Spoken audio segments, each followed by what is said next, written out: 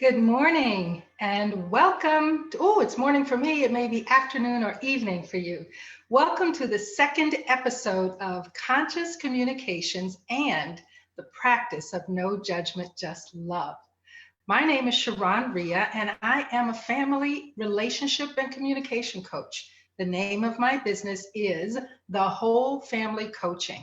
And I work with parents and families who are raising teens, families moving through divorce, fathers who are doing more jobs in the home rather than outside of the home, grandparents doing that wonderful job of raising their grandchildren, and every caregiver who is focused on raising happy, responsible, and self-confident children. I'm also the founder of a global movement called No Judgment, Just Love, which is to inspire us to live together one conversation at a time. I also know that No Judgment, Just Love can help change lives. When we choose to move beyond the judgments that divide, so we can consciously lead with love in our words, our thoughts, and our actions, then we have a better chance to truly and sincerely relate to each other better. So, these shows are brought to you by Enlighten World Network, and we've scheduled 8 of them. This is the second one. They happen on Mondays and Fridays, 3 different time zones I'm going to mention. 9 a.m. for me here in Arizona and Pacific time, noon for those of you on the East Coast, and for our wonderful friends across the pond, 5 p.m. British Standard Time. Each show will have one topic and 3 suggestions for you to consider. Now, last week was our first show and we talked about talking. I'm so grateful to everyone who tuned in, and for those of you who watched on the replay, we had over 350 views for the first show. That is humbling and also confirming that many people really want to know about communication. I know it's helped me have better conversations, be more willing to say what's on my mind. So today's topic is the opposite of talking, which is listening. Now, 3 points we're going to make with listening. The first one is blocking, the blocks that are truly stopping you from listening. The second consideration is, did you know there were different ways to listen? And then the third, words are not the only thing that you can listen to. So let's begin with the ones about blocks. Now, I believe that listening really is the foundation for communication, because when you're listening, you're learning something new. When you're talking, you're repeating what you already know. So if you can listen with the intention of understanding, then you have a better opportunity to speak to be understood. But sometimes the blocks get in our way, right? So let's begin with the first one. Sometimes when you're listening to someone, are you just trying to decide what you're going to say next, so that you're not really listening to them? Maybe they're talking about something you already know, so you feel like you don't have to listen to the full conversation that they're having with you because you're ready to jump in with your opinion. Well, that kind of puts up a block, because maybe they might say something that you hadn't heard before or you hadn't expected, and thereby you might miss a good point. So when you respond, you're not fully responding to what they said. So watch out for those times when you're deciding what you're going to say next. The next block is assuming what they might say. This one is a lot for parents of teenagers and little ones, right? Because they talk to us all the time and they usually say the same thing over and over and over again. And we might, as parents, tune them out, or our friends keep talking about the same thing or actually complaining about the same thing. So we might tune them out. But I encourage you to fortify yourself and listen to every word, especially with your children, because if they change the tone of their voice or they say one thing different, that's information for you to know not only what they're saying, but how to help them. And the third block is multitasking. Oh my goodness, how many times are we trying to have a conversation with someone in our home, and the phone rings, or the dog barks, or the doorbell rings, or I'm in the middle of fixing dinner, and you just don't have the whole attention on that person. So be careful with the multitasking while someone is speaking with you. Oh, are you guilty of this one like I am? The fourth one for blocks from listening? Interrupting. I just want to cut you off because I have something else to do. I just want to cut you off because I already know what you're going to say. I just want to cut you off because I don't really want to hear what you have to say. Well, that puts up a block if you do that too often to the people that you speak with a lot. So be careful for the interrupting. And then not caring at all. Just don't want to hear this conversation that the person is speaking. Maybe it's your 2-year-old that said it so many times. Or maybe it's just a friend who feels like they have to complain every time they talk to you. Find your strength to either end the conversation or just sit back, relax, and be a good friend or a parent that allows your child to talk and just listen. Then the one, number 6, that I have had happen to me often is selective listening. People only hearing what they want to hear from your conversation. Yeah, that's a hard one to keep listening to, because when they are saying and repeating and analyzing something that you didn't say, or only part taking it, as the news would say, out of context, it's very difficult to keep listening to someone. And then the last one, not listening at all. So be careful of those 7 blocks to listening. Now we're going on to the second one, which is, did you know that there were different ways to listen? This was news for me. When I discovered this as I was researching doing a program for the whole family coaching, because I work with schools and nonprofits and businesses, helping them create good relationships as well as build team building. And as I was researching it, I found there's more than one way to listen. So you ready? Here we go.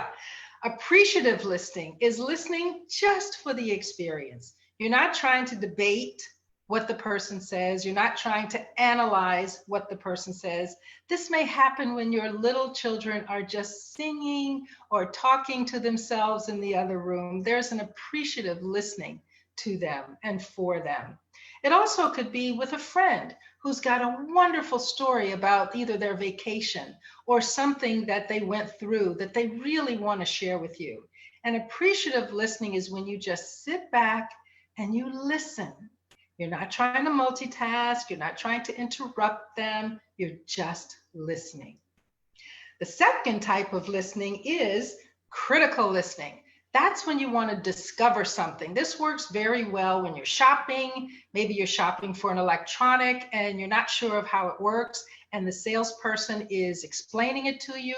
Or maybe you're in school or college and the professor is giving you a very difficult lecture where you have to listen critically. Really think about what they're saying. This takes a lot of energy to do this type of listening, because you're maybe taking notes as they're writing. You want to ask questions to make sure that you've heard what they said. So when you want to respond, you have gathered all the information that they said. That's critical thinking for learning and discovery. The next one is relationship listening. Relationship listening is an excellent way to listen to your children when they have a problem, to listen to your friend when they're concerned about something. I also call this no judgment, just love listening, because you're allowing them to tell you what's important to them. And you're not critiquing it. You're not judging whether it's right or wrong. You're listening with empathy. This really helps people feel and be heard. And then the fourth one is discriminative listening. This one happens best when you're in person. This is when you kind of allow yourself to look past the words, to the tone of the person's voice when they're talking, to their body language. Sometimes our children will come home and say, I feel great, Mom. I had a wonderful day. And you know, in your discerning, discriminative way, they're not right, really telling me all that's going on. So now you have the opportunity to really listen to what they say, incorporating all the parts of their speech. So those are the 4 ways that I've discovered to listen. Very different than just what we think of as opening our ears and listening to someone's voice. So the third one, which is really exciting for me, the third one is words are not the only thing that you listen to. What am I meaning by that? Well, the first thing is your body. Your body talks to you in real time. Have you ever gone to a naturopath or someone who is a fitness trainer or a health professional where they say, you know, it's very good for you to eat kale or spinach or greens 3 times a week, 4 times a week, whatever they tell you. And then you say, yeah, that's what I'm going to do because they're the expert and they know what's going on. But then you get home and you buy the kale and your stomach is so upset. You eat the spinach and you feel like you want to throw up. That's your body telling you, maybe the experts were right for most people, but at this moment in time, not so well for you. So listen to your body. It's talking to you. The second place that your body talks to you is through your pains or through your aches. And what I've uncovered in this spiritual journey that I'm on is that we are naturally, our bodies, at ease. That is the natural state of our bodies, is to be at ease. And when we're off a little or a lot, our body is now in dis-ease, not easy. And so your body, from your emotions, will give you some information, if you're listening to your body, about ailments or things that are going on in your body. Let's say you have a sore throat. Now, metaphysically or emotionally, what that might mean for you to listen to and uncover, what are you not saying that's important? Where are you not standing up for yourself? Also, your ears. If you have an earache, give you a short story. A couple of years ago, I was talking to a friend a lot, almost every day, and they kept saying things I really didn't want to hear. I didn't believe them. I was tired of listening, and rather than having the courage to use my voice and say, no, I don't want to hear this anymore, I got the most incredible earache in the ear that I used to hold the phone.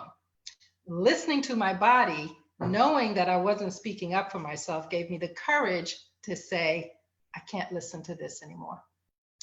And the third way your body talks to you is through your intuition. Your intuition is that quiet, whispering voice that you may hear in your head, you may sense and feel, and it is talking to you about your truth. It tells you the right thing every single time. And often we take our brains and we talk ourselves out of it because we either don't believe that voice, we don't think it's going to work, or we haven't experienced that before. I give you another short story. I was moving last year and I really wanted to have a place that had a good view because that's what I was coming to. I'd looked at about 12 different places and they all just didn't feel right. In the middle of the night, in the middle of the summer, is 114 degrees out here in Scottsdale. And I had this thought, get in your car and go drive here. Now, in the middle of the night, hot, I don't want to get in my car, but I listened. I wound up at an apartment complex, which was perfect for me. And not only was it perfect for me, they had one apartment left that was exactly what I wanted. So listen to your body, listen to your aches and pains, and absolutely listen to your intuition.